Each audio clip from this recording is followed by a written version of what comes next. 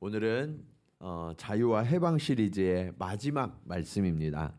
그래서 오늘은 존재의 자유라는 제목으로 여러분들과 함께 말씀을 나누려고 해요. 미국의 뉴스프링스 교회를 목회하시는 이 페리 노블 목사님께서 해방이라는 책을 쓰셨거든요. 그런데 그 책에 스스로에 대해서 목사님이 이렇게 고백하는 장면이 나와요. 이 목사님께서 예수님을 믿었는데도 불구하고 아주 오랫동안 종교적인 성과의 함정에 빠져 있었다라고 고백해요.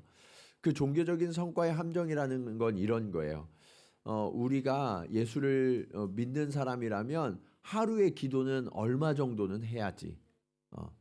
내가 세상 노래는 더 이상 부르지 않고 하나님만 찬양해야지. 내가 하루도 빠지지 않고 날마다 주의 전에 나오리라. 여러분, 이런 것들이 좋은 거예요, 나쁜 거예요? 좋은 거죠. 이거 자체는 좋은 거예요. 그런데 이것을 하나하나 이루는 게 목적이 되어버리면 형식주의에 빠져버리거든요. 그리고 성과주의에 빠져버리는 거예요. 그래서 내가 오늘 기도해야 되는데 30분 기도해야 되는데 20분밖에 기도 못했어. 그러면 나는 성과를 다 달성하지 못한 게 돼요. 그래서 마음으로 굉장히 불편한 거예요. 오늘 내가 말씀을 읽어야 되는데 어느 분량까지 읽지를 못했어. 그러면 늘 불안해가지고 이걸 어떻게 하지? 하루 종일 삶이 이어지지 않는 거예요. 그러면 이게 하나님과 만나는 즐거움이 사라져버린단 말이에요. 이런 죄책감이 우리를 불안하게 만들고 내가 하나님의 자녀됨을 느끼지 못하게 만드는 거거든요. 그래서 이 목사님께서 어느 한 사건을 소개해요. 어떤 사건을 소개하냐면 한밤중에 고속도로를 달리다가 사슴과 충돌한 사건이 있었어요. 미국은 이렇게 사슴들이 많이 나와서 도로에 그렇게 충돌하는 일들이 자주 있는데, 그렇게 해서 사람이 다치진 않았지만 차가 크게 파손되었고, 그래서 이것을 수리하는 비용도 굉장히 많이 들고 오랫동안 차를 고쳐야만 했다는 거예요. 그런데 목사님 머릿속을 딱 스쳐가는 생각이 있었다는 거예요. 그게 뭐냐면, 사실 이 목사님이 내가 하나님만 찬양해야지라고 했었는데 그날따라 목사님이 어떤 노래를 듣고 싶으셨대요. 그래서 차 안에 있던 이 카세트를 꽂아가지고 노래를 틀은 거예요. 그 노래가 또 너무 신나. 그래가지고 큰 소리로 막 노래를 막 따라하고 있었는데, 노래를 따라 부르기 시작한 지 30초 만에 사슴과 충돌하게 됐다는 거예요. 그래서 목사님이 무슨 생각을 했냐면, 나의 이 부도덕한 음악적 취향을 하나님이 싫어하시는구나. 그래서 나는 이렇게 벌받았구나. 그 생각이 들어가지고 너무나 오랫동안 시달리셨다는 거예요. 그런데 이것이 하나님의 자녀됨을 잃어버리게 만드는 생각이라는 거죠. 우리의 신앙의 가치를 잃어버리게 만드는 거라는 거예요. 이 목사님뿐만 아니라 우리도 신앙생활할 때 그런 분들이 참 많이 계세요. 스스로 기준을 정해놓는 거예요. 내가 신앙생활 하려면 이렇게 해야지. 그리고 그 기준에 내가 부합하면 나는 좋은 신앙인이야. 그런데 그것에 미치지 못하면 나는 왜 이러지? 나는 하나님의 자녀가 아닌가? 자격이 없는가? 그러면서 낙심하고 절망하는 분들이 많이 계세요. 자기한테만 그런 것이 아니라 다른 분들한테도. 저 사람은 왜 저래? 저 사람은 믿는다고 하는 사람이 왜 저러지? 그러면서 우리가 낙심하고 좌절하도록 그 공동체의 분위기가 움직여 간다는 거예요. 그래서 성경은 뭐라고 말씀하시냐면, 그런 얽매여 자유하지 못한 신앙생활로부터 벗어나라라고 말씀하세요. 하나님 아버지께서는 저와 여러분이 하나님의 자녀로서 진정한 자유와 해방을 누리는 참된 신앙생활을 하기를 원하시거든요. 그러면 우리는 어떻게 하면 이런 진정한 자유와 해방을 누릴 수 있을 것인가? 오늘 말씀을 통해서 함께 은혜를 나누기를 원합니다. 자, 하나님의 자유와 해방을 누리는 법. 첫 번째는요, 판단과 정죄로부터 우리는 자유롭게 되었다라는 것을 믿으셔야 돼요. 많은 분들이 어려서부터 부모님으로부터 또 선생님으로부터 목회자로부터 또 친구들로부터 어떤 판단을 받고 그 판단에 의해서 살아가는 분들이 많으세요. 그런데 이 판단은 어디에서 왔느냐? 우리 인간이 범죄하면서 시작된 악한 행동이 바로 판단이라는 거예요. 네. 그전에는 선악을 판단하는 것은 오직 하나님만 하실 수 있는 특권이셨어요. 그런데 우리가 선악과를 따먹고 나니까 우리가 하나님의 자리에 앉은 거예요. 하나님의 자리에 앉아서 이건 선이야, 이건 악이야. 그러면서 다른 사람들을 판단하고 또 자기를 판단하는 악을 행하기 시작했다라고 성경은 말씀하고 있죠. 그래서 우리가 평가하고 판단하는 것을 그럴 수도 있지. 사람이 생각하다 보면 저절로 평가가 되고 판단이 되는 거 당연한 거 아니야? 그렇게 생각할 수 있는데요. 성경은 결코 그렇지 않다고 말씀하세요. 게다가 우리가 평가하고 판단하는 것이 좀 마음에 들면 그나마 괜찮아요. 근데 마음에 안 들면 어때요? 마음에 안 들면 그 다음에 정죄로 이어져요. 네. 정죄한 다음엔 어떻게 하죠? 결국 처벌하게 되는 거예요. 네. 이렇게 판단, 정죄, 처벌, 이 역할은 누가 하는 거냐? 하나님의 고유한 특권이라는 거죠. 그런데 이 하나님의 심판의 권한을 우리가 침해하는 매우 악한 행위가 판단과 정죄라는 거예요. 여러분, 제가 여러분에게 한번 질문 드려볼게요. 여러분은 다른 사람들이 여러분을 판단하는 것을 좋아하세요? 싫어하세요? 네. 싫어하시죠? 근데 왜 그렇게 판단하시는 거예요? 네?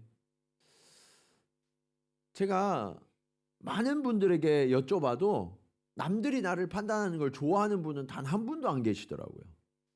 그런데 우리는요, 어떤 사람을 쳐다보기만 해도 저절로 판단이 돼요. 네. 그리고 이게 잘했어, 잘못했어.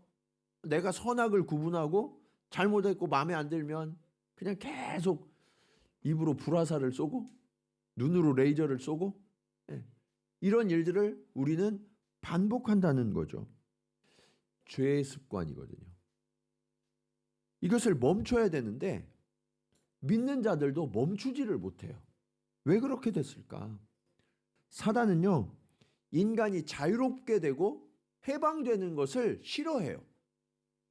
그래서 우리가 정말 하나님의 자녀로서 자유롭고 해방을 누리고 기쁨 가운데, 감사 가운데, 찬양 가운데 살아갈 수 있는 존재인데 내가 그렇게 살려고 하면 옆 사람들이 이상하다고 말하거든요.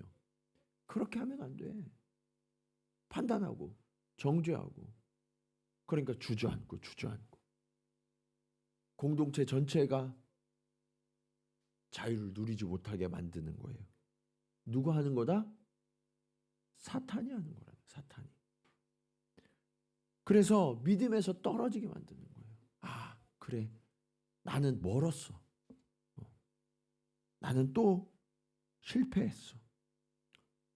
그런데 여러분, 여기에서 반드시 기억하셔야 되는 게 있어요. 판단하고 정죄할 때 우리는 하나님의 도구일까요? 마귀의 도구일까요? 누구의 도구예요? 마귀의 도구가 되는 거예요. 아셨어요? 내가 판단의 시선으로 바라보고 판단하는 말을 하고 정죄하는 말을 할 때 나는 그 순간만큼은 하나님과 상관없는 마귀의 도구가 되고 만다는 거예요. 그래서 우리는 다 같이 하나님의 자녀로 사랑받는 존재로 살아가지 못하도록 끌어내리는 거죠. 끊임없이. 네. 근데 이것을 하나님이 기뻐하실까요? 싫어하실까요? 하나님은 싫어하세요. 네. 그래서 하나님은요, 저와 여러분을 판단과 정죄의 굴레에 갇혀 살지 않도록 하셨어요. 그것이 오늘 말씀의 1절과 2절 말씀이에요. 우리 같이 한번 읽어볼까요? 자, 시작.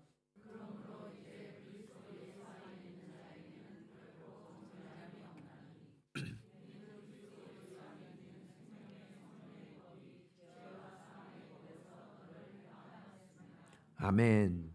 여러분, 그리스도 예수 안에 있는 자에게는 정죄함이 있어요, 없어요?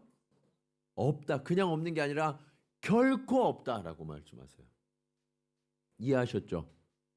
그렇기 때문에 우리 믿는 자들이 서로를 정죄하고 판단하게 되면 그건 그리스도와 아예 상관이 없는 일을 행하는 거예요. 우리는 사망의 법에 지배를 하는 것이 아니라 생명의 성령의 법에 지배를 받는 자들이 되는 거예요. 네. 그래서 우리는 해방되었다라고 성경은 선언하고 계시죠. 믿으십니까? 네. 그런데 너무나 많은 사람들이 교회에서 상처를 받아요. 왜요? 다른 사람들이 나를 너무 판단해. 네. 나를 너무 정죄하는 거예요. 뭐만 하면 그렇게 하면 안 된대. 네. 그런 일들이 교회에 있어요, 없어요? 있어요. 특히 누가 이런 판단과 정죄를 많이 받냐면 앞에서 일하시는 분들이. 앞에서 일하다 보면 사람들 눈에 띄잖아요. 그러면 앞에서 일하시는 분들은 정말 수고하고 헌신하는 분들이거든요. 그런데 그 수고와 헌신의 대가가 뭐로 돌아오냐면 판단과 정죄로 돌아와요. 네. 그러면 더 수고하고 더 열심을 낼까요? 아니면 그만하고 싶어질까요? 그만하고 싶죠. 근데 왜 그러시는 거예요? 네? 집에서도 설거지하다가 그릇 깨는 사람 있죠. 수고하다가 깬 거예요?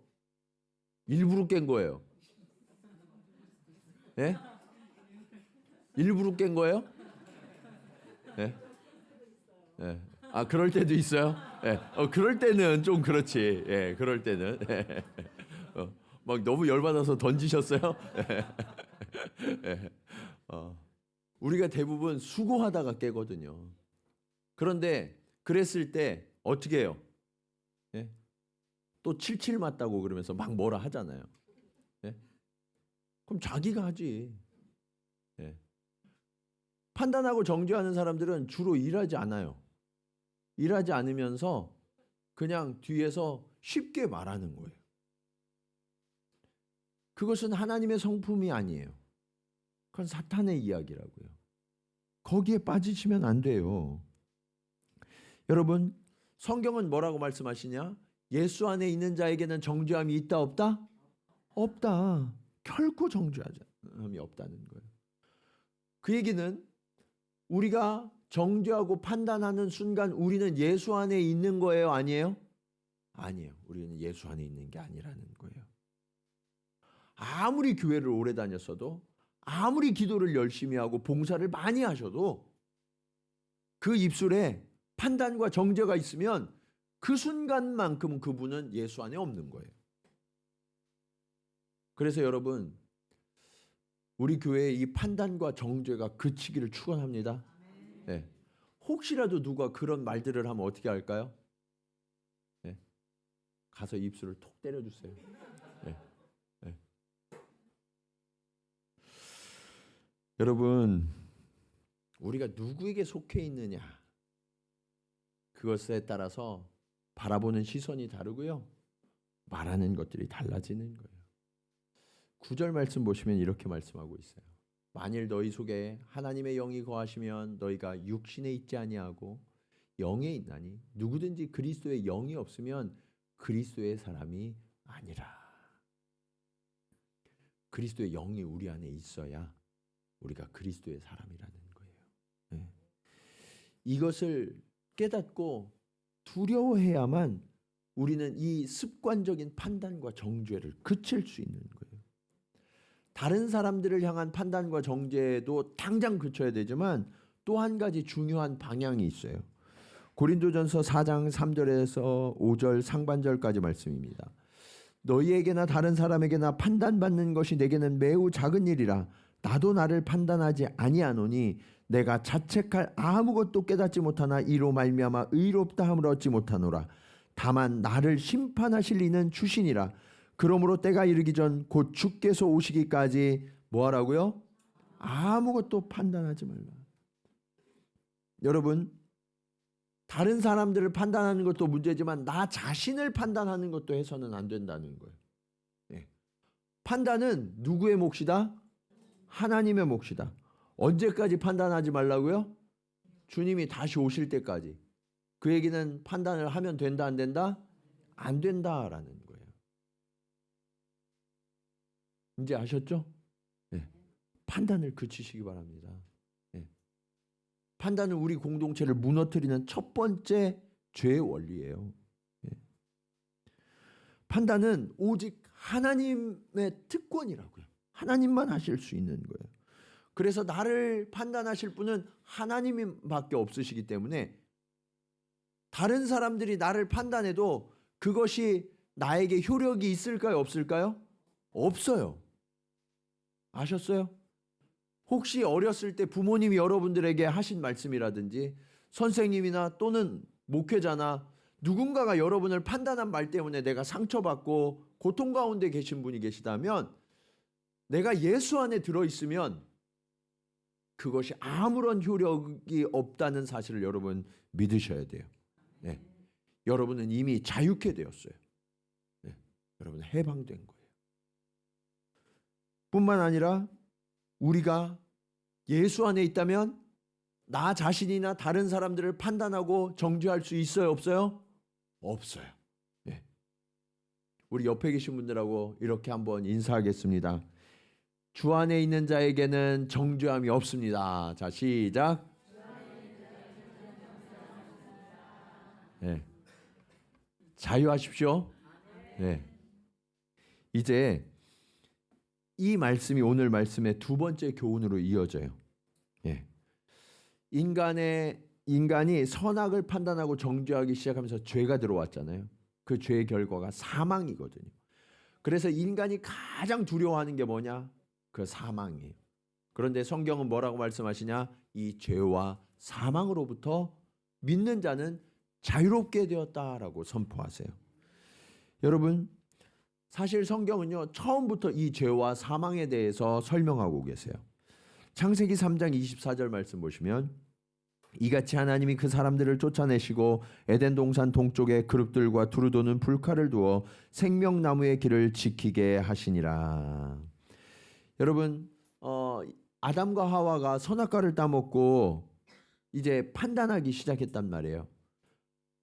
그리고 나서 회개했어야 되는데 회개하지 않으니까 그들이 하나님의 명령대로 죽임을 당하게 됐어요.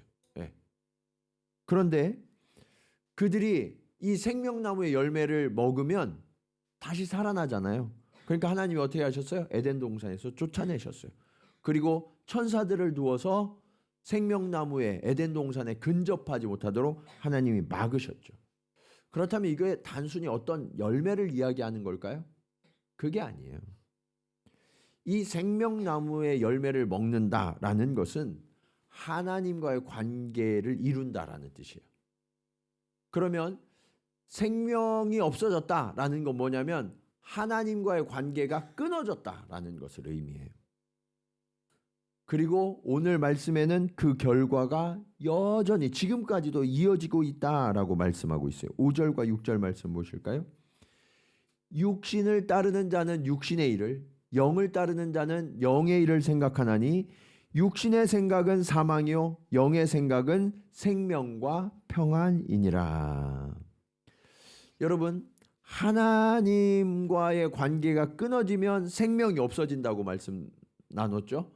자, 그 얘기가 뭐냐면 혹시 낚시 좋아하시는 분들 계신지 모르겠는데 뭐 낚시 꼭 좋아하지 않으셔도 신선한 횟집에 가면 그 생선이 놓여져 있는데 아가미가 이렇게 움직이는 그런 생선들이 있어요. 그렇죠? 물고기가 물에 있어야 사는데 물 밖에 나왔어요. 그러면 잠시 동안은 어때요? 입이 뻐끔뻐끔거리고 아가미가 막 이렇게 펄럭펄럭 한단 말이에요. 그러면 살아있는 거예요? 죽은 거예요? 살아있죠. 그런데 계속 살아있을까요? 아니죠. 곧 죽게 돼요. 물속에 들어가지 않으면. 우리가 하나님을 떠난 상태가 그런 거예요. 하나님을 떠나면 내가 물에 갇혀 있다가 이제 밖으로 나왔어. 나 자유해. 그런가요? 죽음의 상태가 되는 거예요. 예. 그런데 사람들은요, 육신의 일을 계속 생각해요. 아, 그래, 나는 자유한 거야. 이게 내가 벗어났어.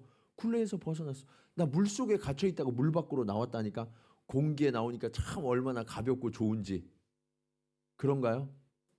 곧 죽게 된다는 거예요. 그런데 사람들이 깨닫지 못해요. 계속해서 이 육신의 일을 생각하면서 그게 즐겁다고 생각하는 거죠. 결국은 어떻게 되느냐? 육신의 생각은 사망이라고 말씀하고 있어요. 네. 어떤 분들은 영에 속한 일들보다 육신의 일들이 더 즐겁게 느껴지는 분들이 얼마나 많은지 몰라요. 내가 이런 분들 계세요. 목사님, 제가 하나님을 조금 더 늦게 믿을 걸 그랬어요. 그러면 더 즐기다 오는 건데 너무 일찍 돌아와 갖고 조금 안타까워요. 이렇게 농담이지만 그렇게 말씀하시는 분들이 있단 말이에요. 그러면 그분들은 왜 육신의 일들이 더 자유롭고 즐겁게 느껴질까? 예. 진정한 즐거움의 실체를 깨닫지 못하기 때문이죠. 성경은 그 육신의 일에 대해서 이렇게 말씀하고 있어요. 갈라디아서 5장 19절에서 21절 말씀입니다. 죄송해요. 이게 오타가 났더라고요. 예. 육체 일은 분명하니 곧 음행과 더러운 것과 호색과 우상 숭배와 주술과 원수 맺는 것과 분쟁과 시기와 분냄과 당짓는 것과 분열함과 이단과 투기와 술 취함과 방탕함과 또 그와 같은 것들이라. 전에 너희에게 경계한 것 같이 경계하노니 이런 일을 하는 자들은 하나님의 나라를 유업으로 받지 못할 것이요. 여러분, 육신에 속한 일들, 이게 즐거운 일 같다는 거예요. 그런데 이 일들은요, 술 취함과 같아요. 가끔 보면 술 취하면 용기가 생기는 분들이 있어요.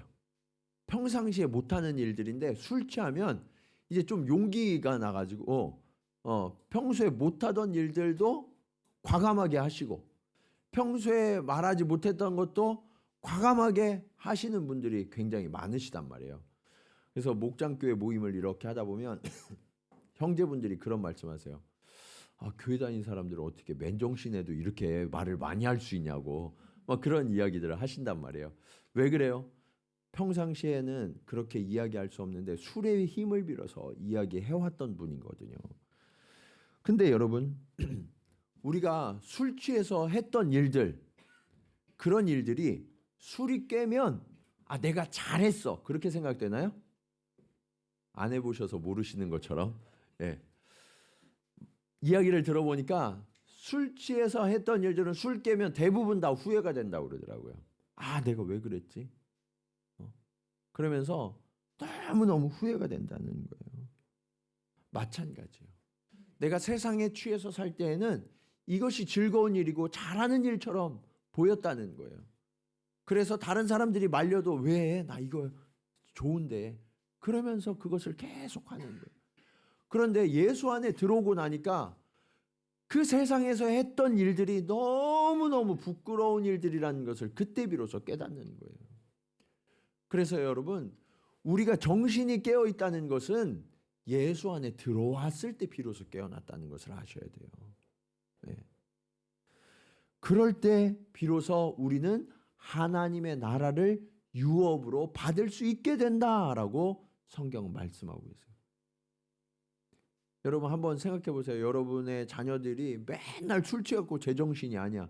그러면 그 사람에게 지금 유산을 딱 물려주고 싶으세요? 지금 그 사람에게 유산을 물려주면 어디다 쓸까요? 술 먹는 데 쓰겠죠. 지금 주면 안 되는 거예요. 깨야지. 예. 그래서 우리가 세상에 취해 있을 때에는 하나님의 나라를 유업으로 받을 수가 없다고 말씀하시는 거예요. 그것에 대해서 좀 더 구체적인 설명이 7절과 8절에 있어요. 우리 같이 한번 읽어보겠습니다. 자, 시작.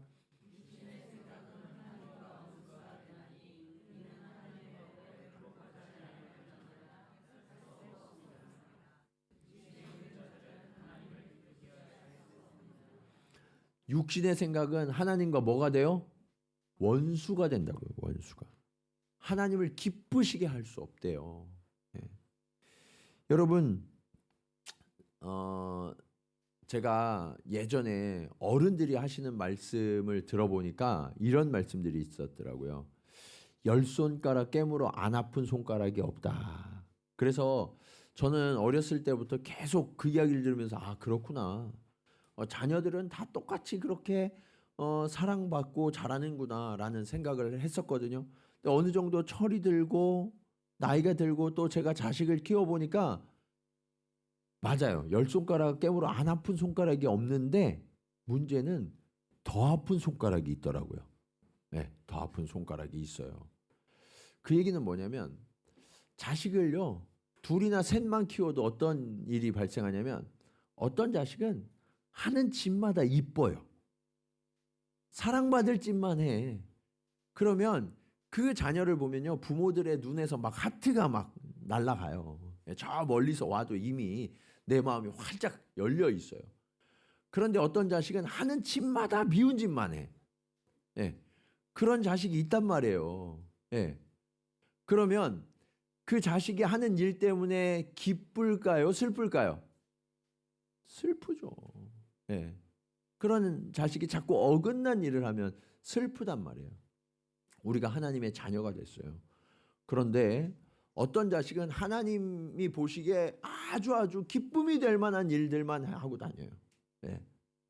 그런데 어떤 자식은 하는 일마다 그냥 미운 일만 해.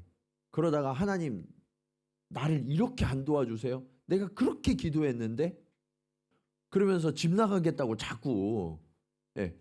그러면 그 자식이 이쁠 수가 없잖아요. 하나님을 기쁘시게 할 수 없다는 거예요.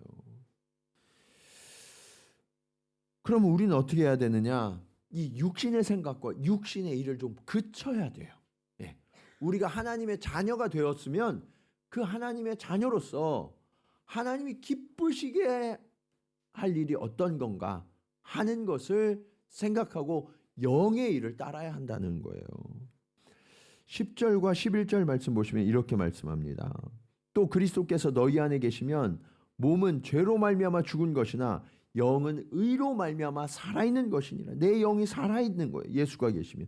예수를 죽은 자 가운데서 살리신 이의 영이 너희 안에 거하시면 그리스도 예수를 죽은 자 가운데서 살리신 이가 너희 안에 거하시는 그의 영으로 말미암아 너희 죽을 몸도 살리시리라. 하나님과의 관계가 회복됐어요. 하나님과 친밀함이 회복된 거예요. 그러면 우리는 살아있다는 거예요. 우리 안에 생명이 역사해요. 더 이상 죄와 사망이 지배하는 것이 아니라 하나님을 따르게 되면 생명의 법이, 성령의 법이 우리 안에 역사하게 된다고 말씀하고 있어요. 그래서 여러분, 예수 그리스도를 믿는 자들에게는 생명이 역사해요. 생명력이 역사하는 게 무엇을 통해서 보이냐면 눈을 통해서 보여요. 옆에 계신 분들 눈을 한번 좀 보세요. 네, 눈을 좀 서로 보세요. 어때요? 좀 이렇게 생명력이 역사하는 게 보이세요? 네. 흐리멍텅한 분은 없어요? 네. 이 생명력이 역사해야 돼요. 네. 오늘 저와 여러분 안에 예수가 거하고 계십니다. 그 생명이 역사하고 계십니다. 그래서 여러분, 그리스도인들은 활기찬 삶을 사는 거예요. 네. 매일매일 지쳐있고 매일매일 낙심하는 것이 아니라 나를 살리시고 나를 구원하신 그 생명이 내 안에 역사하는 그런 삶을 살게 되는 거예요. 그런 분들에게 우리 안에 성령이 거하시기 때문에 성령이 행하시는 일들이 나타나요. 그게 갈라디아서 5장 22절에서 23절 말씀이에요. 같이 읽겠습니다. 시작.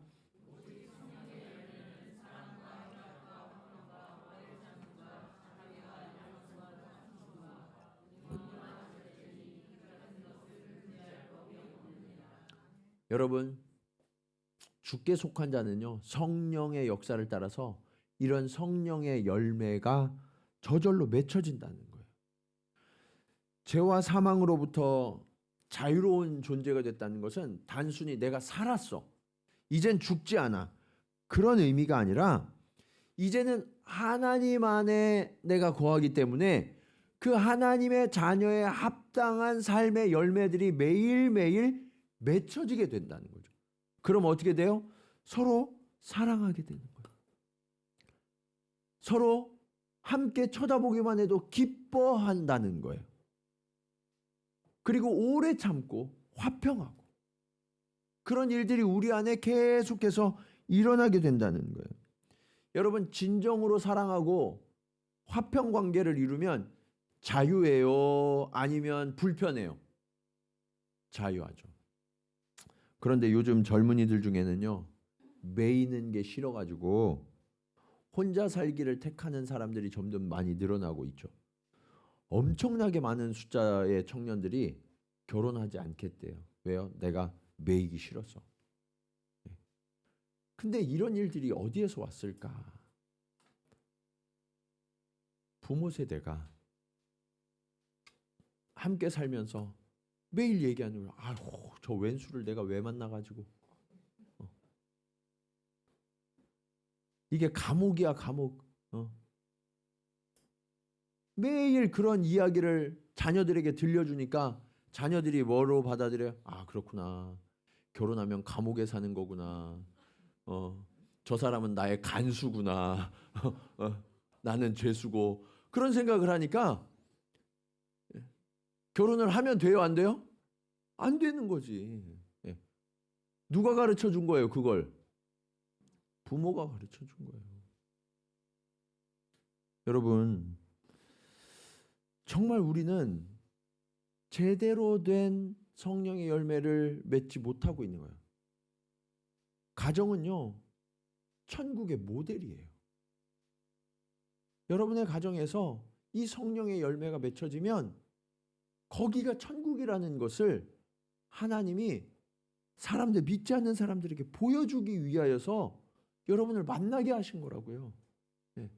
내가 성령의 열매를 맺으면 그런 은혜가 나타나는 거예요. 하나님은 저와 여러분에게 그렇게 너희가 진정한 자유, 진정한 해방을 누리고 그런 관계를 맺으라고 명령하고 계시는 거예요.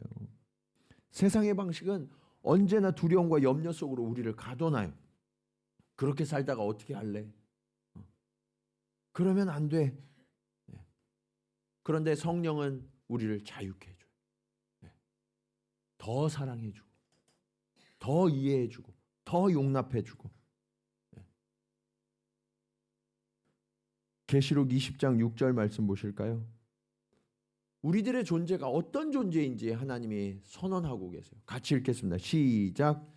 이 첫째 부활에 참여하는 자들은 복이 있고 거룩하도다. 둘째 사망이 그들을 다스리는 권세가 없고 도리어 그들이 하나님과 그리스도의 제사장이 되어 천년 동안 그리스도와 더불어 왕노릇하리라. 여러분, 주님의 부활에 참여한 자들은요, 복을 누리고 거룩하게 된다는 거예요.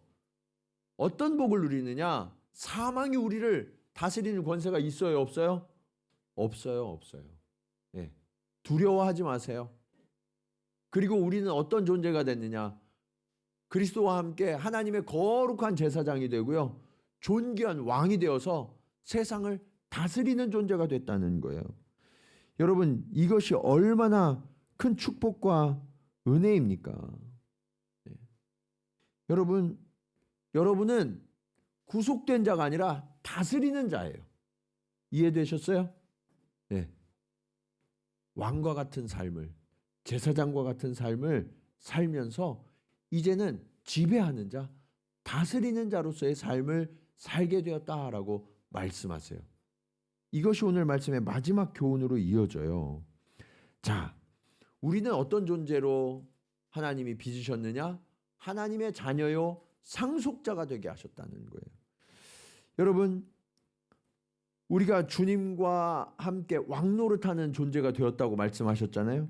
그러면 우리가 그렇게 왕노릇을 할 수밖에 없는 그 이유가 무엇이냐? 14절입니다.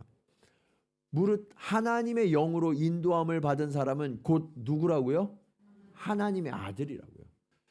우리가 왜 왕이 됐냐면 하나님의 아들이기 때문이죠. 왕의 아들은 왕이 되잖아요. 그렇죠? 우리는 하나님의 자녀가 되었기 때문에 하나님의 나라를 다스리는 왕이 된 거예요. 그러면 예전에는 뭐였냐? 예전에는 세상에 속하여 죄의 종이었어요. 그런데 예수 그리스도를 믿으니까 하나님께서 이제는 더 이상 죄의 종이 아니라 하나님 나라의 왕으로 삼아 주셨다는 거예요. 이 자존감이 있어야 돼요. 그리스도인들은. 네. 어떻게 그런 존재감이 좀 있으세요? 네. 요즘 애들 표현으로 존재감이 뿜뿜해야 되는데. 네. 그런데 가끔 이 존재의 변화를 받아들이지 못하시는 분이 계세요. 내가 어떻게 왕이 될 수 있어? 나는 왕이 될 자격이 없는 존재인데 그런 생각을 한단 말이에요. 그런 사람들을 뭐라고 그러냐면 부적응자라고 그래요. 변했는데 변화를 받아들이지 못해. 그 부적응자의 특징이 있어요. 두려워한다는 거예요. 두려워한다는 거. 이에 대해서 성경은 아주 명확하게 말씀하세요. 15절과 16절 말씀입니다. 같이 읽겠습니다. 시작.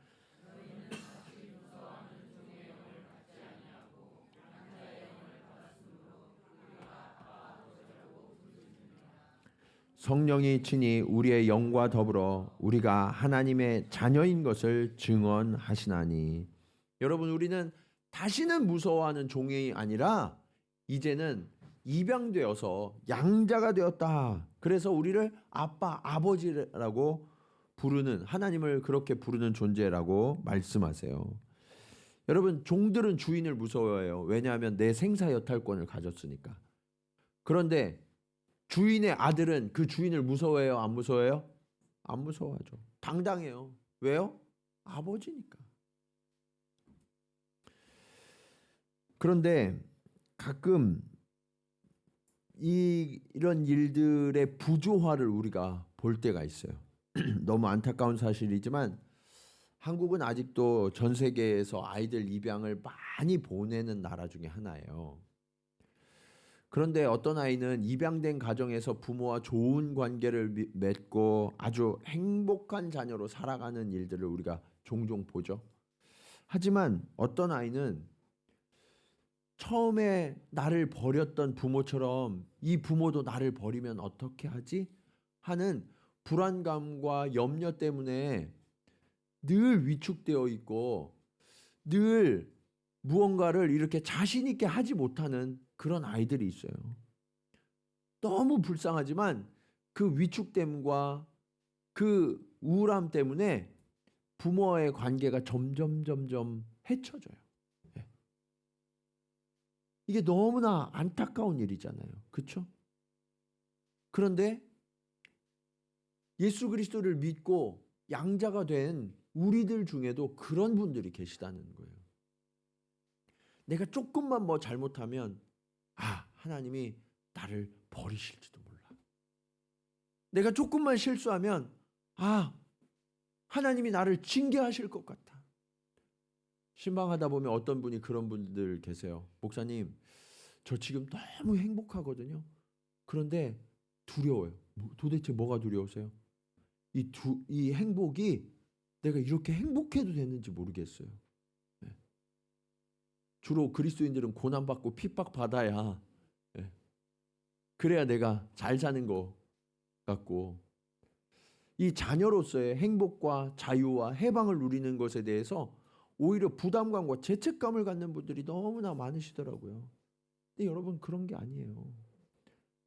하나님은 우리 아버지시거든요. 여러분의 자녀를 한번 생각해 보세요. 여러분의 자녀가 오늘 우리가 생일 이렇게 축하해 준 것처럼 자녀 생일이어서 정말 멋진 옷도 사주고 아주 맛있는 음식점도 데려가서 막 그랬는데 자녀가 밖에서 안 들어와. 사준 옷도 안 입고. 너 왜 그러는 거야? 제가 이럴 자격이 있는지 모르겠어요, 엄마 아빠. 그러면 그 자녀를 볼 때, 얘 진짜 성숙했구나, 그렇게 느껴지세요? 어떻게 느껴지세요? 너무 답답하고 막 미쳐버릴 것 같죠. 우리가 하나님 앞에 그런 자녀일 때가 많다는 거예요. 하나님은요, 우리에게 모든 것을 더해 주신 하나님이세요. 하나밖에 없는 아들 예수 그리스도를 우리를 위하여 내어주시기까지 우리를 사랑하신 아버지시잖아요. 하나님의 사랑에서 그 어떤 것도 우리를 끊을 수 없다고 성경은 말씀하고 계세요. 자유하십시오. 당당하십시오.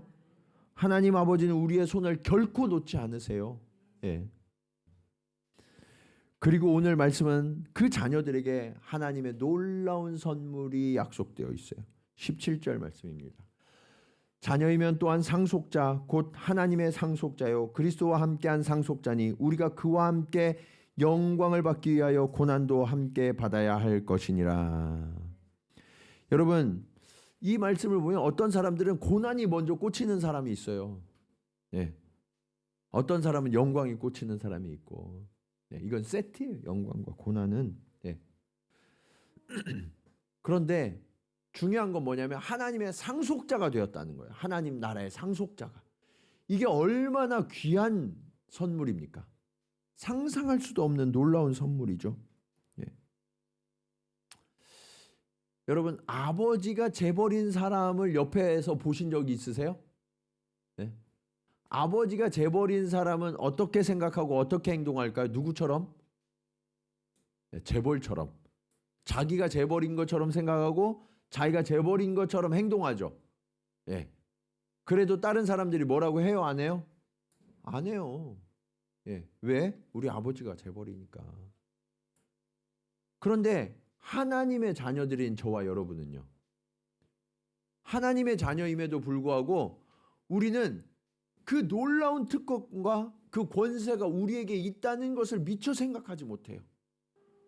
그리고 늘 위축되고 늘 부족한 사람처럼 그렇게 살아가는 것이 오늘날의 많은 그리스도인들의 안타까움이에요. 재벌은 어디서나 당당해요. 그렇죠? 네. 여러분은 제사장이요 왕이라고 말씀하셨잖아요. 당당하십시오. 자유하십시오.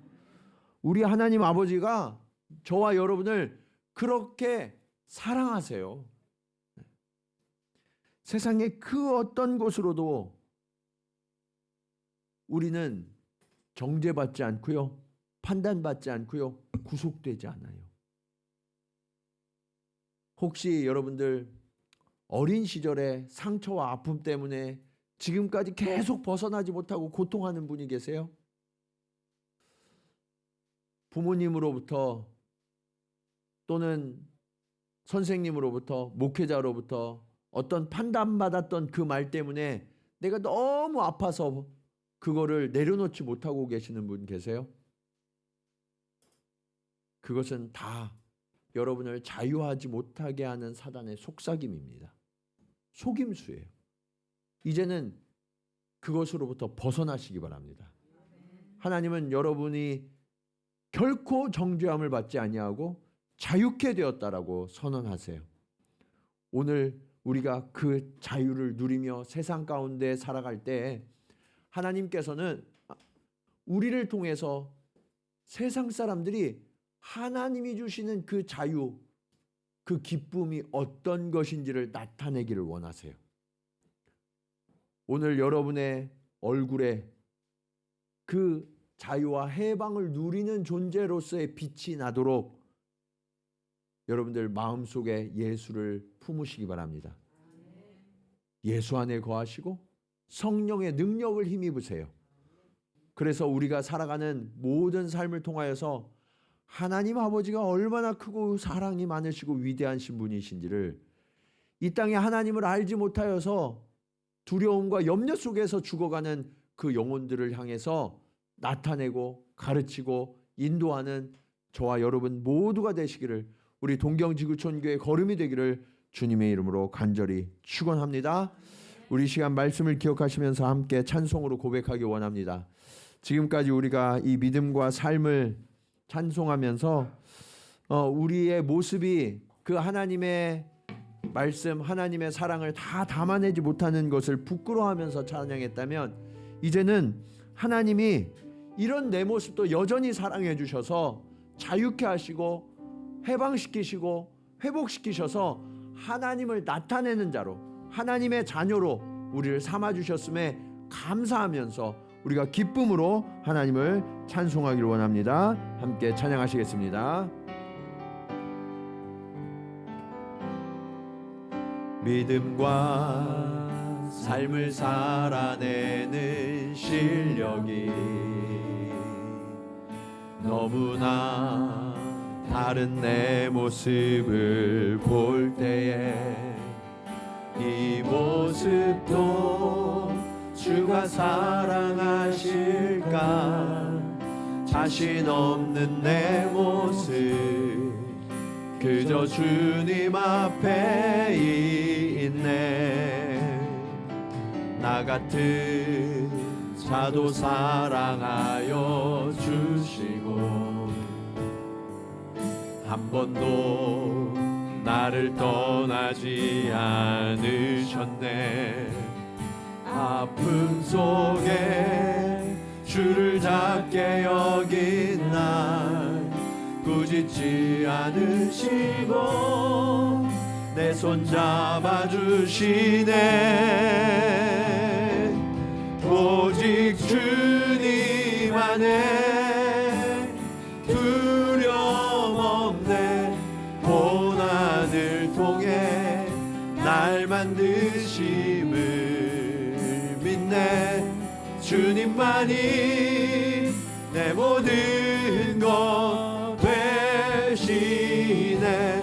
주의 강한 손 날 붙드시네. 오직 주님 안에 소망 있네. 내 삶을 통해 영광 받으시 주님, 주님만이 내 모든 것 되시네. 주의 선하심 나 노래하. 오직 주님 안에 두려움 없네. 오직 주님 안에 두려움 없네. 고난을 통해 날 만드심을 믿네. 주님만이 내 모든 것 되시네. 주의 강한 손 날 붙드시네. 오직 주님 안에 소망 있네. 내 삶을 통해 영광 받으실 주님, 주님만이 내 모든 것 되시네.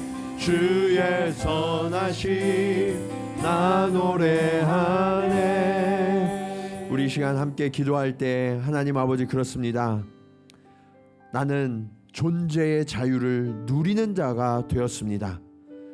하나님, 이제 더 이상 사람들의 판단과 정죄의 말에 구속되지 않기로 결단합니다. 하나님, 더 이상 속아서 다른 사람들을 판단하고 정죄하는 그 시선과 입술을 내가 끊기로 주님 결단합니다.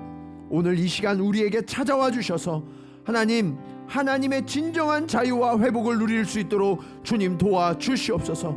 주님, 내가 하나님의 자녀요 상속자가 되었다고 주님 말씀해 주시니 감사합니다. 이 세상을 살아가는데 아버지 하나님, 나는 너무나 비천하고 연약하고 실패한 것 같고 아버지 하나님, 그래서 날마다 두렵고 염려하면서 살았습니다. 그러나 주님, 이제 하나님은 우리를 향해 너는 내 사랑하는 아들이라 말씀하십니다. 나의 하나님 나라를 유업으로 받을 자라고 주님 말씀하여 주시니 감사합니다.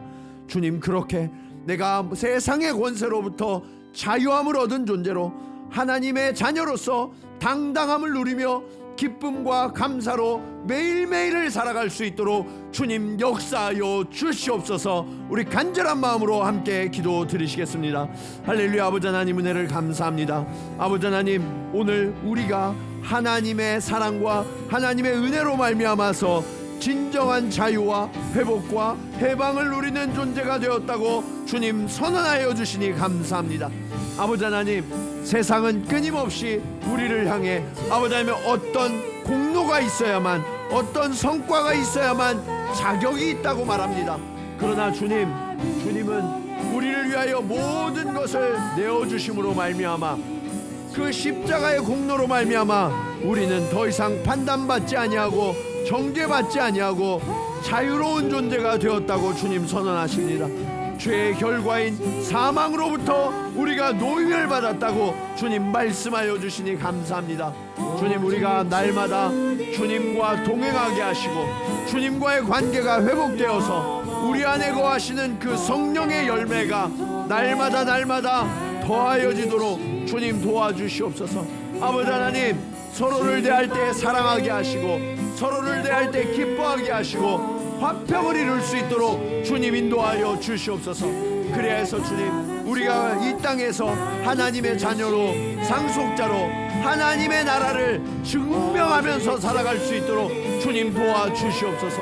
우리의 삶을 통해 하나님을 알지 못하고 떠났던 자들이 하나님의 크심과 하나님 나라의 놀라움을 발견케 하시고 아버지 하나님, 그들이 돌아와 함께 하나님의 자녀가 되며 하나님의 회복과 하나님의 은혜로 아버지 하나님 회복되어질 수 있도록 주님 도와주셔서 아버지 하나님 그 길을 함께 걸을 수 있도록 주님 역사하여 주시옵소서. 하나님 아버지, 그렇습니다. 우리는 판단하고 정죄할 때에는 죄의 종일 수밖에 없습니다. 그러나 예수 그리스도 안에 있는 자에게는 결코 정죄함이 없다고 주님 말씀하셨음을 우리 마음 가운데 깊이 새기게 하여 주시옵소서. 주님, 우리가 누군가를 바라볼 때 판단하는 시선을 그치게 하여 주시옵소서. 우리가 사랑하는 이들을 향하여서 정죄하는 말들을 너무나 많이 해왔사오니 주님, 이제는 그 말들을 그치게 하여 주시옵소서. 그리고 주님, 이제는 진정한 하나님의 자녀로서 서로 사랑하게 하시고 서로를 바라볼 때 기뻐하게 하시고 용납하게 하시고 화평을 이룰 수 있도록 주님 도와주시옵소서. 그래서 주님이 오시는 그날까지 우리가 판단하지 아니하며 하나님이 우리에게 주신 역할들, 그 역할들을 충성하는 것만으로 기뻐하고 감사하며 그렇게 하나님의 나라를 이루어가는 주의 복된 자녀들 되게 하여 주시옵소서. 이제는 우리를 해방하시고 자유케 하신 예수 그리스도의 은혜와 우리를 끝까지 사랑하여 주시는 아버지 하나님의 크신 사랑하심과 성령님의 감화감동 교통하심이 오늘 말씀을 따라 하나님의 은혜로 자유롭게 되었고 하나님의 자녀요 상속자가 되었음을 깨달아 이 땅 가운데에서 하나님의 나라를 당당하게 이루며 그 기쁨을, 영광을 하나님 앞에 고백하기로 결단하며 나아가는 사랑하는 성도들의 걸음걸음 위에 또 그들이 이루어갈 모든 축복의 관계 가운데 이제로부터 영원토록 함께 하시기를 간절히 축원하옵나이다. 아멘.